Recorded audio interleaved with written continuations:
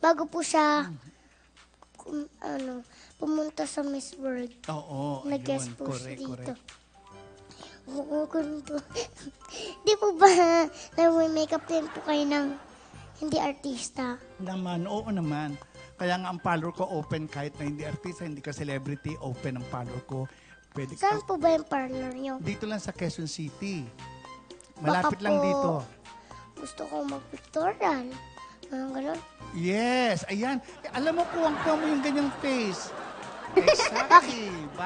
Yes, good. Kaya niyo po Ay, ba hindi na pictorial? maganda yun. Yan, maganda yan. Yan, exactly. Oh, yes, ang galing. Yes. Oh, ay, ang galing mo, Raisa. Mauubusan ako sa iyo. Ay, parang hindi atang maganda yan. Ano po dapat? Yung magpapa-beauty ka talaga. Tayo ka nga dito. Ayan, sige. Ayan, pati katawan. Yes. Gandahan mo naman yung face. Ay, hindi maganda eh. Ano po Gandahan maganda? talaga. Paano po? Ha? Sosyal. Yung, oo. Ayan. Ang ganda ng muso mo pala. Pag tumutulis, bisugong-bisugo ka na ngayon. Yan. Grabe naman po kayo sa... Ikaw na may sabi yan, ha? O, talikod naman. Talikod. Pakita mo likod mo. Yes. Ayan. Galing.